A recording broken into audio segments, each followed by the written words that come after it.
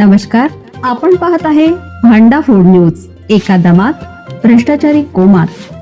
Social media, कर्जबाजारी, गुन्हेगारी, सट्टेबाजी, चोरी, मटका, जुगार, दारू, सावकारशाही, न्यायाच्या प्रतीक्षेत प्रशासन.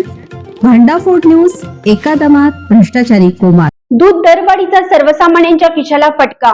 गाई म्हैशीचं दूध महागलं. 11 ऑगस्ट पासून नवे दर लागू. सर्वसामान्यांसाठी महत्वाची बातमी असून डिझेल, साखर, पॅकिंग साहित्य तसेच दूध खरेदीच्या दरात झालेल्या वाढीमुळे दूध व्यवसाय उत्पादन खर्च मोठ्या प्रमाणात वाढला आहे. सर्व वाढीचा थेट परिणाम दूध उत्पादक आणि दूध प्रक्रिया करणाऱ्या संस्थांच्या आर्थिक गणितावर झाला आहे.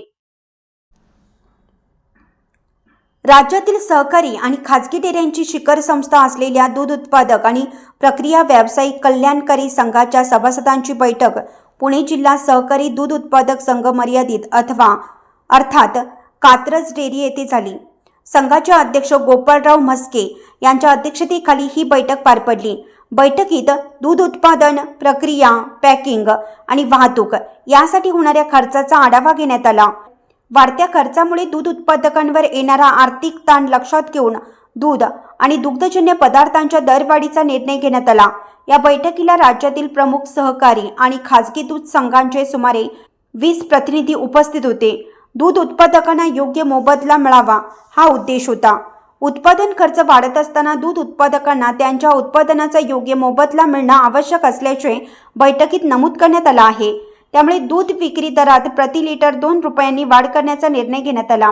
संघाच्या मते उत्पादन, पॅकिंग, वाहतूक आणि प्रक्रिया खर्चात झालेली वाढ लक्षात घेता दरवाढ करणं आवश्यक झालं आहे. या निर्णयामुळे वाढत्या खर्चाचा काही प्रमाणात समतोल साधण्यास मदत होईल आणि दूध उत्पादकांना योग्य मोबदला मिळण्यास हातभार लागेल.